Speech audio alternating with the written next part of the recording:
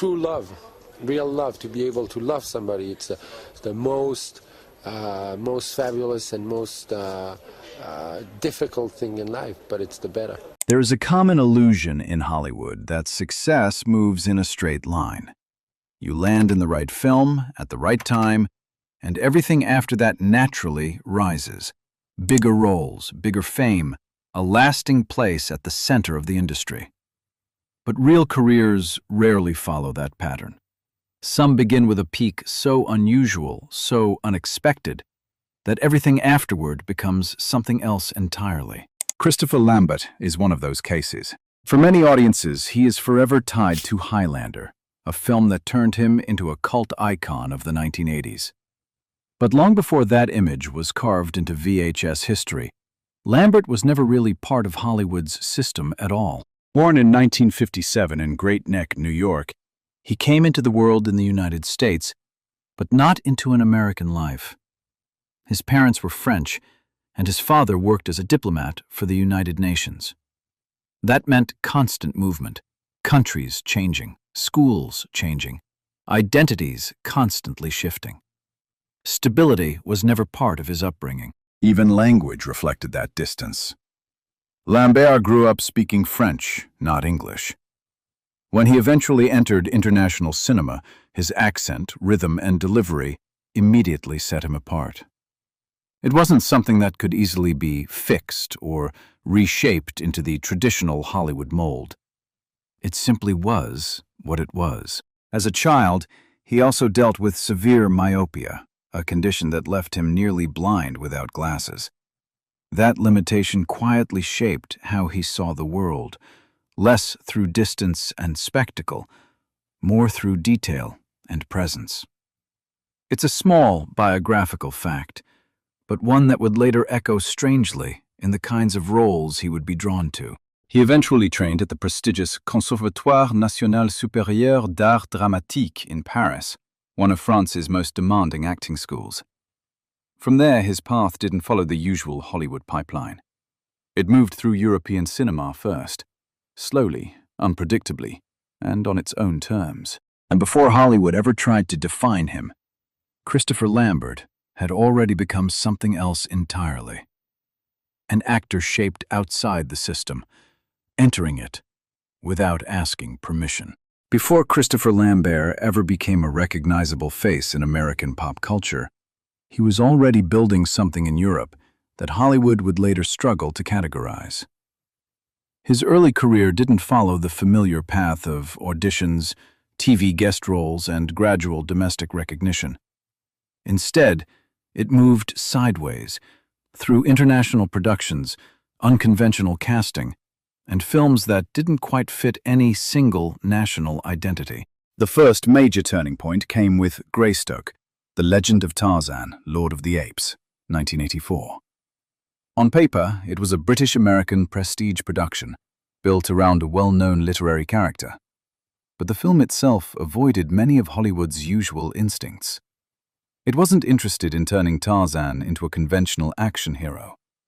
Instead, it focused on nature, isolation, and identity, someone shaped more by environment than society. Lambert's casting reflected that philosophy. He didn't sound like an American lead, and the film didn't try to erase that. His physical presence, his restraint, and his slightly distant emotional tone all worked in his favor. Rather than being molded into a standard star, he was allowed to remain distinct.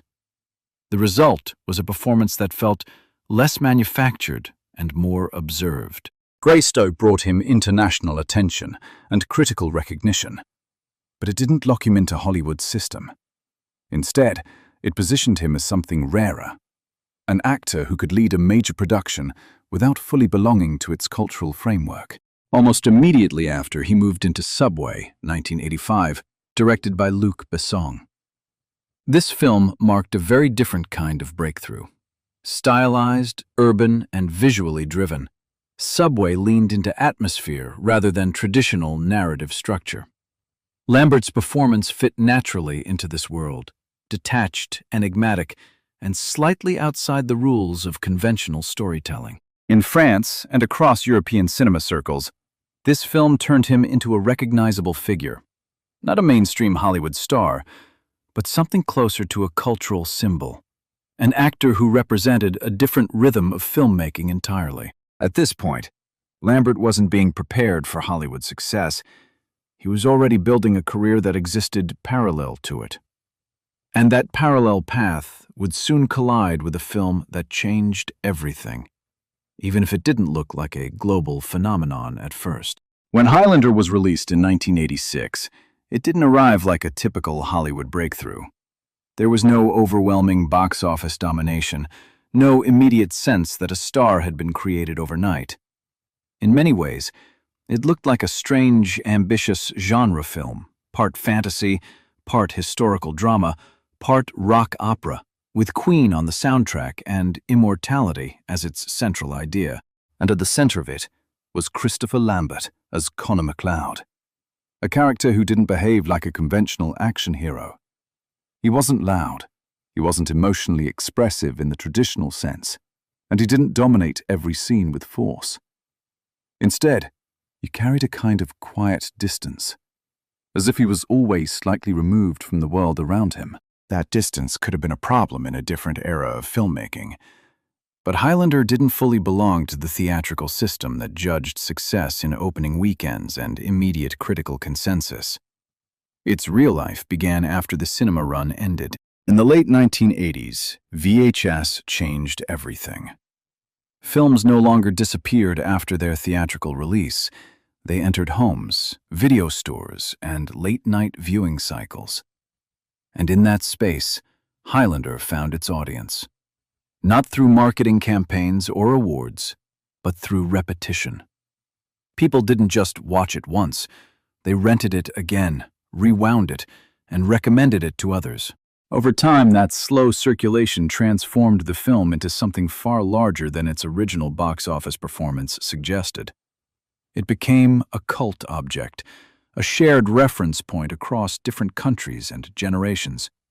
And Lambert's performance, once seen as unusual or difficult to categorize, became the emotional anchor of that experience. Importantly, this wasn't a Hollywood-shaped stardom. It was something more decentralized. His fame didn't depend on industry approval. It depended on audience attachment over time. By the end of the decade, Christopher Lambert wasn't just another European actor working in international cinema. He had become something rarer, a VHS-era icon, built not by instant success, but by repeated discovery in living rooms and video stores around the world. By the late 1980s and early 1990s, Christopher Lambert occupied a very unusual position in the film industry. He was recognizable, he had proven success, and audiences clearly responded to him. But the traditional Hollywood system still didn't quite know how to place him. After Highlander, the industry did what it always does when something works. It tried to replicate it. But Lambert was not easily repeatable. His appeal wasn't built on a standard formula. It came from a mix of restraint, accent, presence, and a slightly detached emotional tone that didn't fit the template of the American action lead. Films like The Sicilian, 1987, attempted to reposition him into more conventional prestige territory. On paper, it had everything: a major director, literary source material, and a serious dramatic tone. But the result didn't fully connect with audiences, and instead of expanding his Hollywood footprint, it reinforced the sense that Lambert didn't quite align with the industry's expectations. As the 1990s progressed, his career settled into a different rhythm. He continued working steadily, but often in genre films and international productions that lived outside mainstream theatrical dominance. Titles like Fortress and later Mortal Kombat kept him visible, but not in the traditional sense of Hollywood stardom.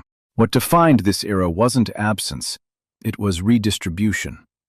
His films were not disappearing, they were simply migrating into a different ecosystem. The VHS market became his natural habitat. These were films that audiences discovered at home, late at night, on shelves filled with action and sci-fi titles waiting to be explored rather than promoted. Even Mortal Kombat followed this pattern. While it performed well with audiences, much of its long-term popularity grew through home video rather than sustained theatrical dominance. By this point, Lambert wasn't being pulled toward the center of Hollywood anymore. Instead, he was orbiting alongside it, present, active, and consistently working, but no longer defined by the system that once tried to shape him. Today, Christopher Lambert's career looks less like a decline and more like a long continuation of the path he was already on from the beginning.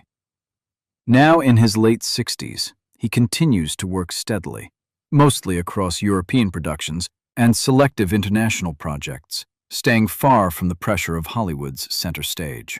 Rather than chasing major studio comebacks, Lambert has remained comfortable in a different rhythm. Smaller films, character roles, and projects that prioritize flexibility over global marketing campaigns. In many ways, this reflects the same pattern that defined his early success, working outside the system rather than trying to fully belong to it. He has spent much of his later life based in Europe, particularly France, where his career first took shape. In his personal life, Lambert has been married twice and is the father of 2 daughters.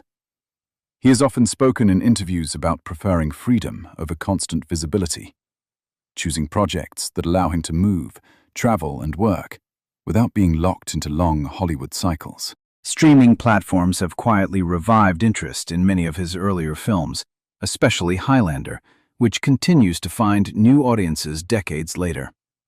In that sense, his legacy feels complete in a circular way, never fully defined by Hollywood, but never forgotten by the audiences who discovered him on their own terms.